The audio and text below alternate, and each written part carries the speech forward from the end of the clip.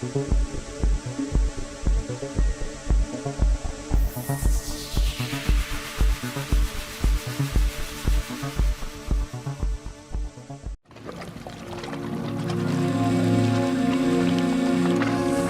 صبح سویرے بدک کر اٹھ بیٹھا، شاید تاخیر ہو چکی ہے۔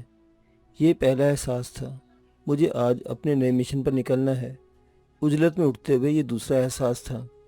دوسرے احساس نے اس کے اندر برقی رو دوڑا دی تھی۔ وہ چند منٹوں میں جنگل کے بیچوں بیچ تھا۔ چلتے ہوئے اس کا ذہن مکمل طور پر اپنے مشن پر فوکس تھا۔ گرو جی نے اسے مشن سونپا تھا جسے وہ ہر حال میں پایا تکمیل تک پہنچا کر گرو جی سے داد تحسین وصول کرنا چاہتا تھا۔ گرو نے کہا تھا کہ جو بھی دیے گئے کام کو بآسن و خوبی پورا کرے گا وہ میرے بہت قریب ہوگا، میرے ساتھ تخت پر بیٹھے گا۔ وہ گرو کا قرب چاہتا تھا، دوسرے چیلوں میں نمایاں نظر آنا چاہتا تھا، گرو کے تخت پر بیٹھ کر خود کو قابل فخر بنانا چاہتا تھا۔ چلتے ہوئے وہ مشن کے اہم نکات پر غور و خوض کر رہا تھا۔ بظاہر یہ کام اس کے لیے انتہائی سہل تھا۔ اس سے پہلے وہ مشکل ترین کام بآسانی نمٹا چکا تھا اور بارہا کئی بڑے کرتوت بھی دکھا چکا ہوتا، مگر مذکورہ کام کی تکمیل اسے گرو کا قرب بخش سکتی تھی۔ گرو نے قبل از وقت اسے اپنے قرب کی نوید سنا دی تھی۔ وہ متفرق سوچوں میں گھرا ہوا پھرتی سے جا رہا تھا۔ ایک دم چلتے چلتے اسے پرسرارت نے آ لیا۔ وہ ٹھٹک کر رک گیا، ذہن سوچوں سے نکل کر حقیقی دنیا میں پلٹ آیا۔ نظروں نے دائیں بائیں آگے پیچھے تیزی سے دیکھا۔ وہ جہاں تک دیکھ سکتا تھا وہاں تک دیکھ لیا، اس لیے ہر طرف حیرانی بچھی ہوئی تھی، چاروں طرف دنگ کر دینے والی حیرانی۔ وہ اپنے مسکن سے نکل کر گھنے جنگل میں آیا، ایک ایسا گھنا جنگل جس میں چلنا اس کے سوا کسی کے لیے بھی انتہائی دشوار تھا۔ وہی گھنا جنگل اس وقت میدان بنا ہوا تھا۔ دیو ہیکل بلند و بالا درخت زمیں بوس تھے، خون خوار جانور، پرندے، کیڑے مکوڑے سبھی زمیں بوس تھے۔ اس نے ہراسانی گاؤں سے مناظر دیکھے، اس کی چیخ نکل گئی۔ یہ عجیب و غریب صورتحال وہ قبول نہیں کر پا رہا تھا۔ وہ حیران و پریشان تھا۔ اتنا بڑا گھنا جنگل، سارے کا سارا زمیں بوس سوپڑا ہے اور کسی کو کچھ پتہ نہیں۔ سوچ خوف بن کر اس کی دماغ کی چولیں ہلانے لگی۔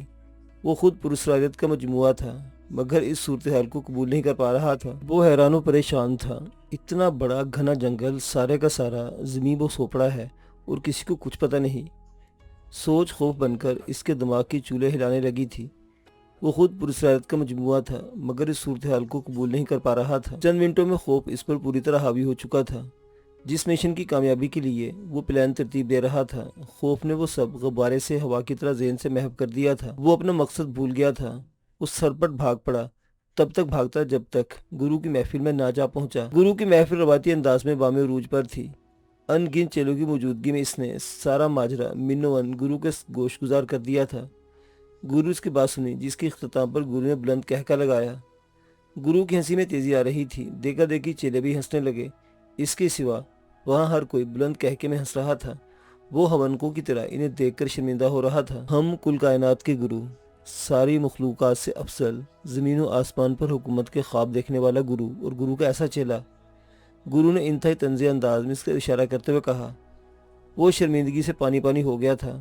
کروڑوں چیلوں کی طنزیہ نگاہیں اسے بدن کے آر پار محسوس ہو رہی تھی۔ وہ جیت سے پہلے ہار گیا تھا۔ گرو نے ایک اشارہ کیا، اشارے پر یکدم گہرا سکوت چھا گیا تھا۔ کہکوں کو بریک لگ گئی تھی۔ گرو اس سے مخاطب ہوا، سنو سلیبا، تم میرے نائب ہو۔ میں جہاں کہیں بھی کسی چیلے کی ڈیوٹی لگاتا ہوں تو وہ میرا نائب ہوتا ہے۔ دوسرے لفظوں میں طاقتور ترین، ناقابل شکست اور مافوق الفہم صلاحیتوں کا مالک۔ پھر وہ ایسی چھوٹی چھوٹی باتوں پر خوف محسوس کرے۔ سلیبا کو احساس ہوا کہ گرو ٹھیک کہہ رہا ہے۔ بجائے اسے خوف کھانے کے، اسے وہاں سوچنا چاہیے تھا کہ یہ سب کیا ہے۔ سلیبا، جو کچھ تم نے دیکھا وہ تیرے لیے نہیں، جن کے لیے ہے وہ دیکھنا نہیں چاہتے، جو دیکھنا چاہتے ہیں وہ سمجھ نہیں سکتے، اور جو دیکھ کر سمجھ سکتے ہیں میں انہیں ایسا کرنے نہیں دیتا۔ میں سمجھا نہیں گرو جی۔ سلیبا نہ چاہتے ہوئے بھی اپنی کم علمی کا اظہار کر دیا تھا۔ تو سمجھے گا بھی نہیں، اور جو چیز تیرے لیے ہے ہی نہیں اس کا سمجھنا تیرے لیے ضروری نہیں۔ تو ان فضول باتوں پر توانائی ضائع مت کر، اسے مت دیکھ بلکہ اسے دیکھ جو تیرے حوالے کیا گیا ہے۔ ٹھیک ہے گرو جی، آئندہ ایسا نہیں ہوگا، بلکہ وہ ہوگا جیسا آپ چاہتے ہیں۔ گڈ، اب تم جا سکتے ہو۔ گرو نے اسے جانے کا اشارہ کیا۔ سلیبا نے گرو کی قدم بوسی کی اور ایک بار پھر اپنے مشن پر نکل کھڑا ہوا۔ کیا ایسا ممکن ہے ڈیوڈ؟ 8 افراد برتا حیرت میں ڈوبے ہوئے تھے۔ انہیں ڈیوڈ کی بات دیوانے کا خواب لگ رہی تھی۔ مجھے یہ ناممکن لگتا ہے۔ پیٹرسن نے نفی میں سر ہلاتے ہوئے برملا اظہار کر دیا تھا۔ یہ ایک انسانی سوچ تو ہو سکتی ہے، حقیقت ہرگز نہیں۔ تھامس نے الفاظ کے رد و بدل کے ساتھ پیٹرسن کی تائید کی تھی۔ تخیل اور صلاحیت میں فرق ہوتا ہے مسٹر تھامس۔ میں نے اپنی تمام صلاحیتیں بروکار لا کر یہ منصوبہ ترتیب دیا ہے، اس میں کوئی ابہام نہیں، نہ یہ گورکھ دھندا ہے، ڈیوڈ نے پورے اعتماد انداز میں کہا۔ ہم چاہیں گے مسٹر ڈیوڈ آپ اس پر مکمل روشنی ڈالیں، کیمرین نے کہا۔ ہم یہاں دنیا کے 9 اہم ترین ملکوں کے نمائندے جمع ہیں۔ معیشت، وسائل اور ٹیکنالوجی ان 9 ممالک کے پاس موجود ہے۔ ماہر معاشیات مسٹر رابرٹ آپ کے پاس ہیں، ذہین ترین سائنسدان تھامس کے پاس، بہترین عسکری قیادت کیمرون کے پاس ملتی ہے، ذہانت اور بہترین تخلیقی صلاحیتیں مسٹر لی چنگ کے پاس ہیں، جدید ترین ٹیکنالوجی مسٹر پیٹرسن کے ملک میں ہے۔ غرض یہاں جو بھی موجود ہے اس کے ملک کے پاس کوئی خاص چیز صلاحیت ہے جو دوسرے ملک کے پاس نہیں۔ یہ تمام چیزیں ہم میں تقسیم ہیں، اگر ہم اسے یکجا کر دیں، یک مشت کر دیں تو کیا ہوگا؟ اس کی میں ایک مثال دیتا ہوں۔ کمپیوٹر جدید ترین ایجاد ہے۔ انسانی دماغ کی پوری میموری جو تقریباً 100 ٹریلین خلیوں پر مشتمل ہوتی ہے، ان میں 100 بلین خلیے گفتگو کے لیے استعمال ہوتے ہیں۔ ہم اس پوری یادداشت کو کمپیوٹر پر ڈاؤن لوڈ کر سکتے ہیں۔ اس کے بعد ایک مخصوص پروگرام میں انسانی یادداشت میں ایڈیٹنگ بھی کر سکتے ہیں، یعنی کاٹ چھانٹ اور کچھ نئی چیزوں کا اضافہ۔ ہم اس یادداشت میں تھوڑی بہت خامی ہو تو اسے حذف کر سکتے ہیں اور کچھ مزید صلاحیتیں اس میں ایڈ کر سکتے ہیں۔ مثلاً ہم ایک قابل اور اعلیٰ انجینئر کی یادداشت ڈاؤن لوڈ کرتے ہیں، اس میں ممتاز سائنسدان اور ذہین ترین بیرسٹر کی یادداشت بھی اپلوڈ کر دیتے ہیں، انہیں ایک پروگرام کے تحت باہم ضم کرتے ہیں۔ پھر یہ 3 مختلف آدمیوں کی یادداشت ایک ہو کر ایک ہی دماغ میں سینڈ کر دی جائیں تو نتیجہ کیا ہوگا؟ ایک محیر العقول مہارت کا حامل شخص وجود میں آئے گا جو بیک وقت اعلیٰ انجینئر، ممتاز سائنسدان اور ذہین ترین بیرسٹر ہوگا۔ یوں ہم ایک مثالی سپرمین بنا سکتے ہیں جو بیک وقت تمام تر صلاحیتوں سے مالا مال ہوگا۔ اس چیز کو مد نظر رکھیے، اگر ہم 9 ممالک کی صلاحیتیں ایک دوسرے میں ضم ہو جائیں۔ ڈیوڈ نے چند ثانیہ توقف کیا، پھر لہجے کو مزید پراسرار بناتے ہوئے بولا، اس اشتراک سے ایک ایسی پاورفل طاقت معرض وجود میں آئے گی جو ناقابل شکست، ناقابل تسخیر اور ناقابل عبور ہوگی۔ کیا آپ لوگ میری باتوں میں دلچسپی لے رہے ہیں؟ بات جاری رکھی مسٹر ڈیوڈ، ہم پوری توجہ سے سن رہے ہیں۔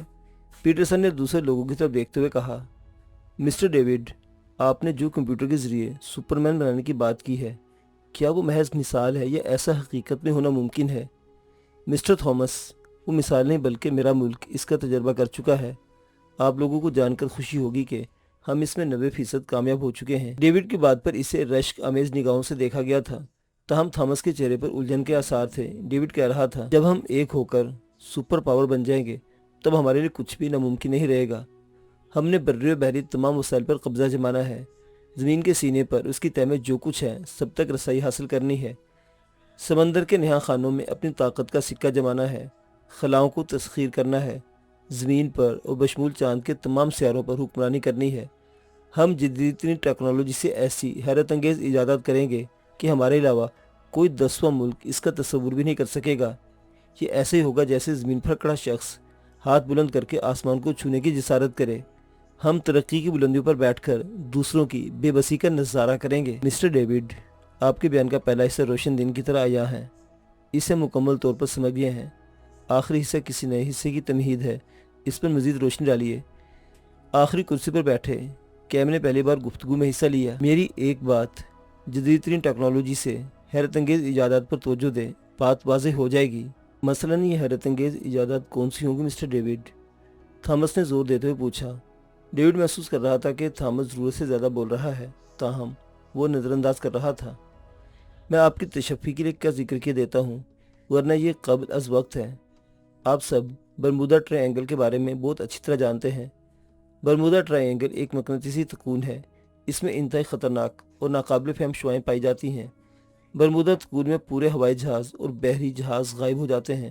اصل میں وہ غائب نہیں ہوتے، بلکہ ان میں حیرت انگیز شعاعوں کی زد میں آ کر پگھل جاتے ہیں، اور ان شعاعوں میں ایسی خطرناک طاقت پنہا ہے کہ انہیں انسانوں کے ہجوم پر ڈالا جائے تو پورا ہجوم جل کر راکھ ہو جائے، دیو ہیکل جہاز، بلند و بالا بلڈنگیں پگھل کر راکھ ہو جائیں، سرسبز و شاداب کھیتوں پر ڈالا جائے تو وہ راکھ بن جائے اور زمینیں بنجر ہو جائیں۔ اگر ہم ان شعاعوں پر کنٹرول پا لیں تو ہم کیا کر سکتے ہیں؟ ڈیوڈ کا لہجہ آخر میں سوالیہ تھا۔ مگر مسٹر ڈیوڈ، برمودا تکون تو انتہائی خطرناک جزیرے ہیں۔ بقول آپ کے وہاں سالم ہوائی اور بحری جہاز تک غائب ہو جاتے ہیں یا لہروں کی زد میں آ کر پگھل جاتے ہیں تو سوچنے کی بات ہے کہ ہم ان شعوں کو کیسے کنٹرول کریں گے۔ مسٹر لی چنگ، بے شک وہ تصور سے زیادہ خطرناک جزیرے ہیں، مگر جو میں جانتا ہوں وہ اور کوئی نہیں جانتا۔ ڈیوڈ کے لہجے میں ہلکا سا طنز تھا۔ ہم آپ کی حیرت انگیز سوچ کے قائل ہیں مسٹر ڈیوڈ، کینڈی نے اعتراف کرتے ہوئے کہا۔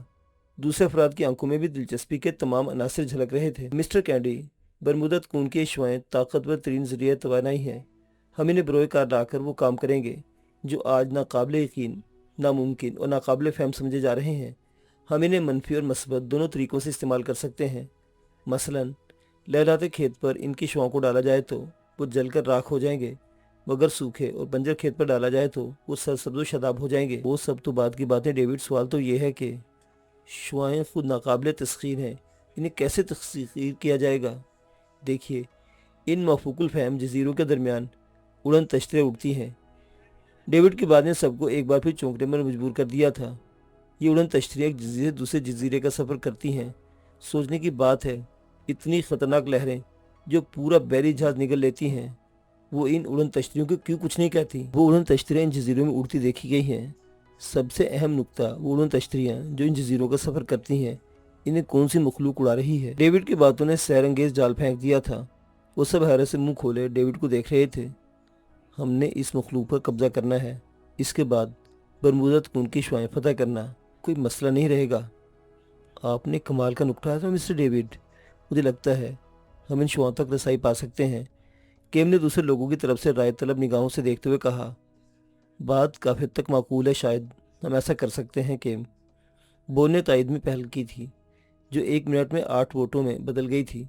بالفرض ہم سب نے مل کر جدید ترین ٹیکنالوجی اور بے پناہ وسائل سے اڑن تشتریاں حاصل کر لی، پھر شعاؤں پر بھی کنٹرول حاصل کر لیا، تو کیا ہم اس سے دنیا میں تباہی پھیلا دیں گے، یا اس سے دنیا ہمیں اپنا آقا ماننے پر مجبور ہو جائے گی؟ نہیں، ایسا نہیں ہوگا۔ ہم ان شعاؤں سے ابتدا میں ہلکی پھلکی ایجادات کو سامنے لائیں گے جو ہمارے لیے ثانوی سطح کی ہوں گی، جبکہ دنیا کے لیے جدید ترین اور حیرت انگیز ہوں گی، جسے دیکھ کر دنیا ہماری صلاحیتوں کی معترف ہوگی۔